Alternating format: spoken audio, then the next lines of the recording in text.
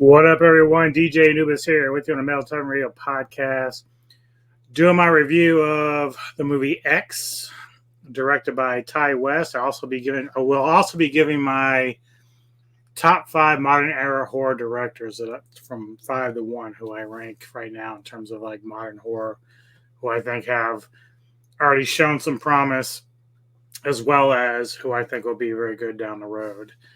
But we're going to talk first about the latest from Ty West, X, and it stars Mia Goth as Maxine/Pearl, Jenna Ortega as Lorraine, Brittany Snow as Bobby Lynn, Kid Cudi as Jackson Hole, Martin Anderson as Wayne Gilroy, and then Owen Campbell as RJ. Right now on Rotten Tomatoes, I was kind of shocked to see the scores up there. Mainly more for the critics. Critics are giving it about a 96% as opposed to audience where it's around 76% there.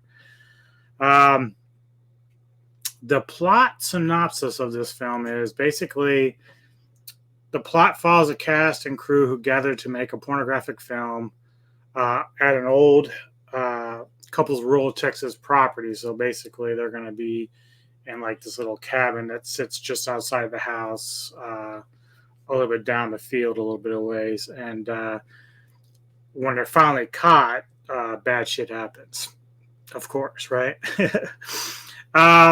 First off, the cinematography and musical score is amazing in this film. The film is shot in like a grindhouse type of way. The setting piece is 1979, so obviously it's going for that 70s chic and the dress and the look and the attitude. The score, I was kind of surprised of learning, like just in general, like the whole score has been a collaboration between Tyler Bates and Chelsea Wolfe, with a cover of Wee Wee Marie performed by Chelsea Wolfe, which I'm a big fan of hers. So it was really cool to see that not only did she have a song in there, but she also played a big part in the rest of the music throughout the film. But they do have some like nods to some like old 70s classics. In fact, at one point, Kid Cudi's character and Bobby Lynn, they sing, she sings and he plays this acoustic guitar rendition of Landslide by Fleetwood Mac. So that was kind of cool too, as far as like something that stood out in the film. Really, the movie actually has a nice subplot in it. Like, for the first hour or so, it's kind of just setting you up with the characters before they go into all the mayhem. And but there is like this subplot in there that I didn't expect. And basically, it's about aging. Like, you have this old couple who run this house, and the husband, of course, he's the one that's renting it out to this group, the cabin. But then we don't know much about the wife at this point, only that the husband says, don't disturb her. And then later on, we learned that he's like, she's not totally there all the time. So, because he loses track of her very easily. But when we finally get to her character, it's very interesting because it goes a little bit deeper than you would think. Like, it's something that I didn't expect in this film. And that is, she's really just kind of craving attention from her husband. And, as far as like, it seems like as a couple, they've been together a long time, but there's like this distance between them in terms of how he addresses her, or, the affection that he might show her even at their older age. And so she spends like a good part of the movie like trying to win his affection back. Like, she keeps trying. He's like, I'm too old. I want to have a heart attack trying to do that. And it's really, and I'm guilty of this as just about anybody, there's parts of this film where you see these two and they're trying to be intimate, and they do get intimate at one point, and you're just kind of like, wow, this is more horrifying than everything else that I'm seeing going on. But it's natural. It's human nature, right? And it does play a part into the psyche of the wife. because she has this interest and curiosity about this group of people who she realizes they're, I don't know if they know that they're shooting a film, but clearly they know they're fucking and everything in this cabin that's out there. So, but she creeps around a lot. So like we have this very eerie atmosphere throughout most of the movie where it's like everything's subtle. You don't have a lot of action going on, but like something's not right. And she, like I said, she's kind of making these indications. She at one point she meets Pearl, who comes in and has like a cup of lemonade with her or whatever.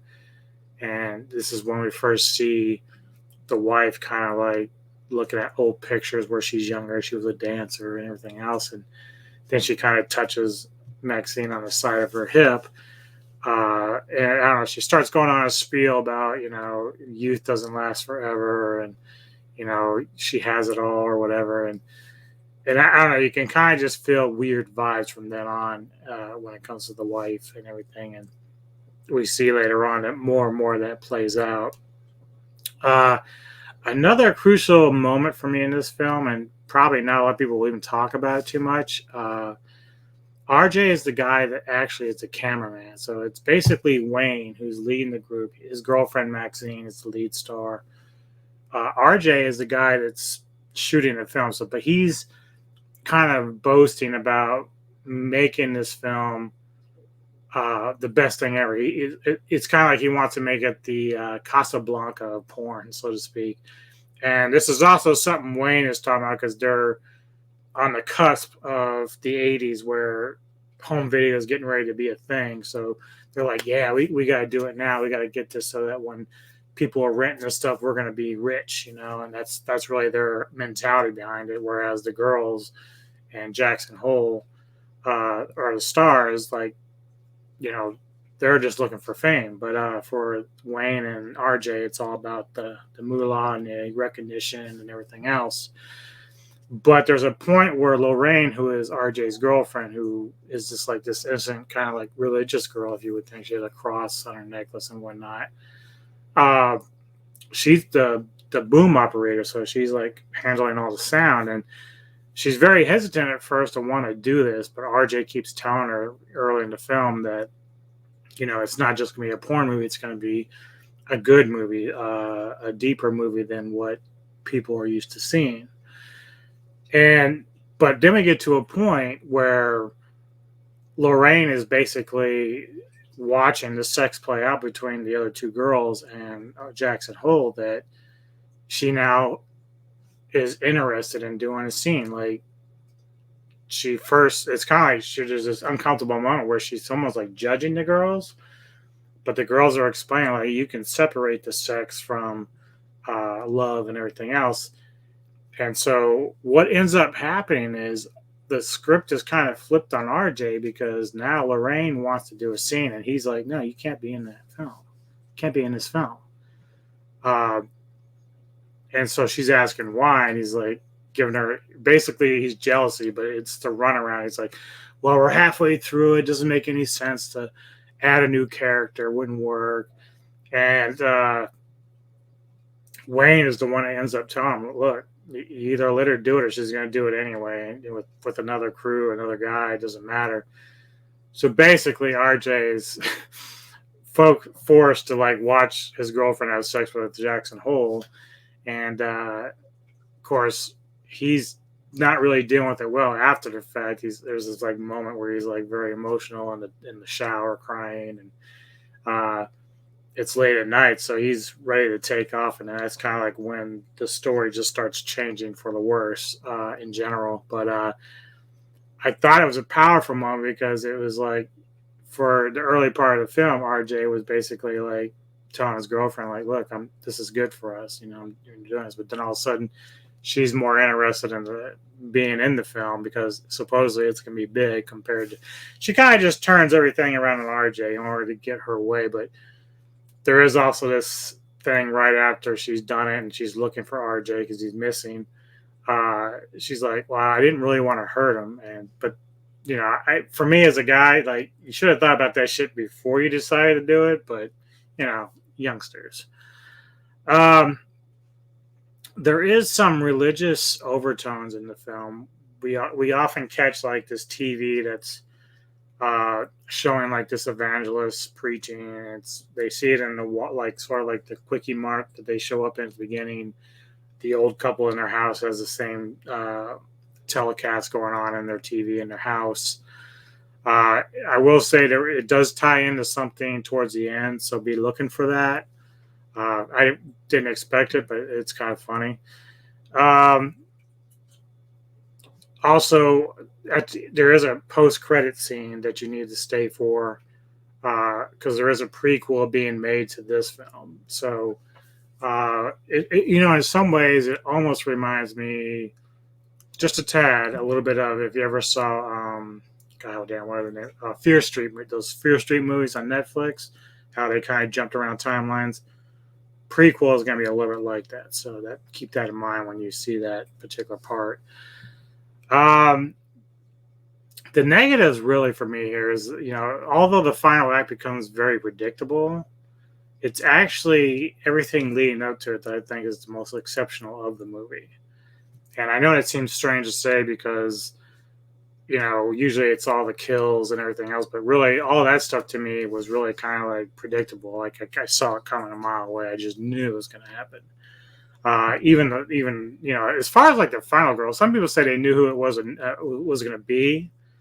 I knew that it came down to two of the girls, but like I just didn't know really which one. And then obviously we found out who that is. But even with that particular scene where she's facing off with the wife, uh, again, saw it coming. It wasn't no real surprises there with that. The prequel will be interesting because it may open a door to a little bit more of the line of thinking of the older couple because we really have some inconsistencies with their story. As I told you, the wife is dealing with shit in terms of feeling lonely, and she's always going to her husband, like either trying to initiate sex or. And I'm telling you, it's uncomfortable just because these are like people in their 70s, like they're old. And so I get it. It's part of human nature, no matter what age you are. But if you're not used to seeing that kind of stuff going on, film or otherwise, it's like, boy, it's a little tough to get through. But that mentality, though, with her constantly on the search for affection and acceptance and love, and whether or not the husband still finds her beautiful, etc., is important to this part of the story. But it's really all that up until the kills. Like the kills are fine. Again, not so shocking in terms of like there is some cool gore. Ty West didn't like hold back on that part of it. There's some pretty good as far as like the actual the graphics and the special effects and everything else. Like it's very good in terms of that. So won't be disappointed with that at all. If I had to give this movie a rating, I would say it's probably about 8 out of 10 for me, which is good. If you would have asked me like an hour in, I would have gave it a higher score. But like I said, that once this starts getting to the kills, I'm just kind of like, okay, cool. Yeah, I've seen this before. Very cool. Special effects are cool, but it's like there really was no surprises. And I saw another review from another YouTube guy earlier today, and he kind of felt the same way in terms of like the expectations or the payoff, as he called it, in terms of what you might have expected, because everything up to that point was really good. The acting was good, the story was good, kind of kept you guessing for a little while. But once everything else happened, it was kind of like it kind of went down a little bit on my score there. But an 8 out of 10, I'd probably own this film. It's on DVD when it comes out because it is pretty good. The kills and stuff are not that bad. Like the rest of the movie is not that bad to hurt the film that much for me. So I did enjoy it. 8 out of 10 is good for me on that. Um, and I just want to quickly talk about my top 5 horror directors in the modern era. So basically within the last 15, 20 years. Most of it's probably within the last 10, because a lot of the directors I like are really just the new faces that I've seen, and there are different reasons. I'm not going to go heavily into why, or as far as like their resumes. Some of them have longer resumes than others. Excuse me. But let's start with number 5, and that'd be Ari Aster. And for those that don't know, he's the guy behind Midsommar and Hereditary. And although I enjoy Hereditary far more than Midsommar, because I've kind of talked about it before. I think Neko really loved Midsommar actually, but it's too much like Wicker Man for me, and it's not that bad. In fact, Florence Pugh is an amazing actress, like all the way around. She's really, really good. So it's not like really a problem with the acting in the film. And actually, it's a decent movie. It is. But I got a lot more out of Hereditary as far as like his directing and stuff. So, but he's a guy that you need to definitely kind of watch for going forward. He's done a pretty good job so far. So, this next guy, he's done quite a few stuff and some stuff outside of horror a little bit, and I would say most of his horror stuff is kind of subpar. However, there's one series and one film I'm going to talk about where I thought he did an exceptional job, mainly because of the storytelling and the character development in the series and in the movie. And one would be the sequel to The Shining, Doctor Sleep. Great movie. I didn't really know what to expect when I went into it. Didn't even know who really Mike Flanagan was. But I really enjoyed that. I think Neko saw it too. I'm pretty sure she did with me. The other thing was the series on Netflix, the Haunting of Hill House. Like, I don't know how many people have actually seen that. The second season was okay, but the original Haunting of Hill House was amazing. Like, I just loved everything about it. It was creepy, good characters, a great development of those characters. It kept you on your toes, and it kept you wanting more. And really, when it comes to series, that's kind of like what you want. And so the fact that he's able to create that with that series, and it was kind of came out of nowhere. I know a lot of people did like it, but initially I went in with no expectations, because like most horror series don't really cut it for me.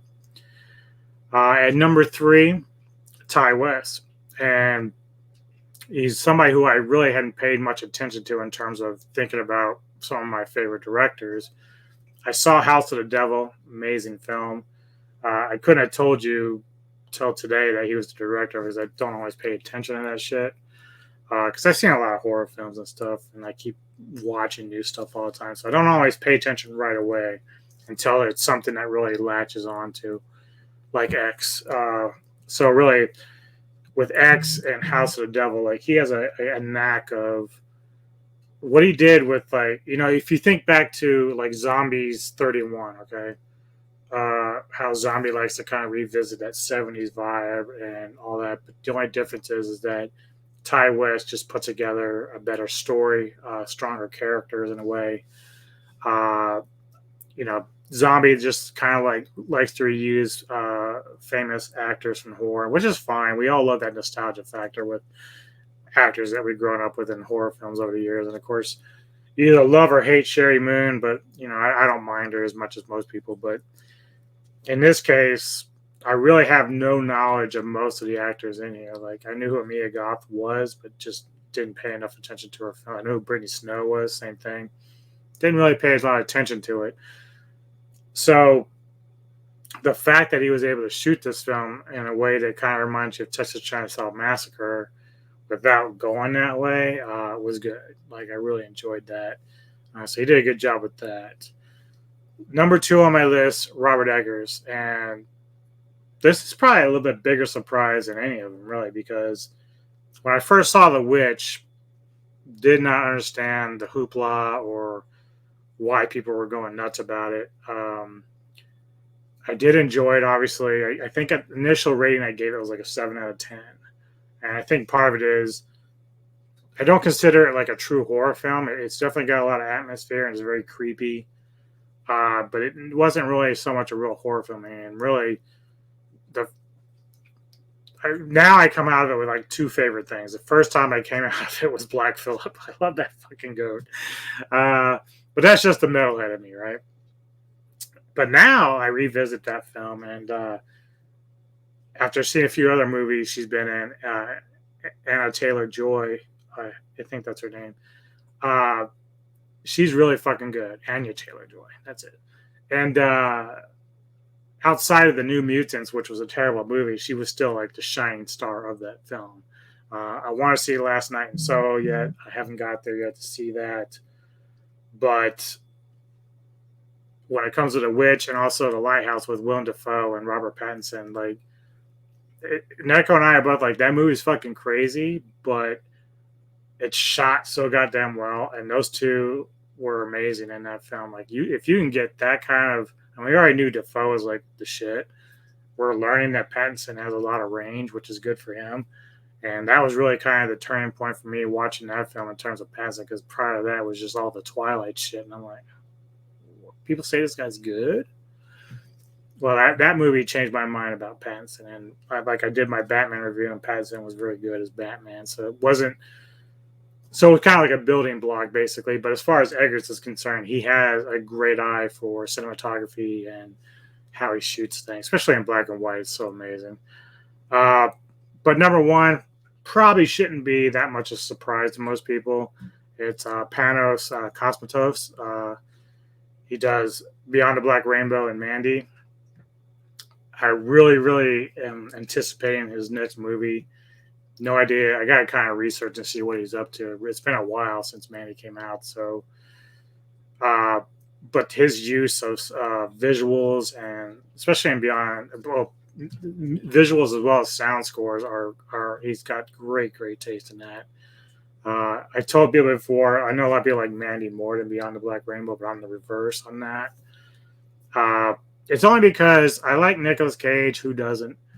But, I've seen so many films with Cage kind of being crazy that it's like, it's nothing new there with that.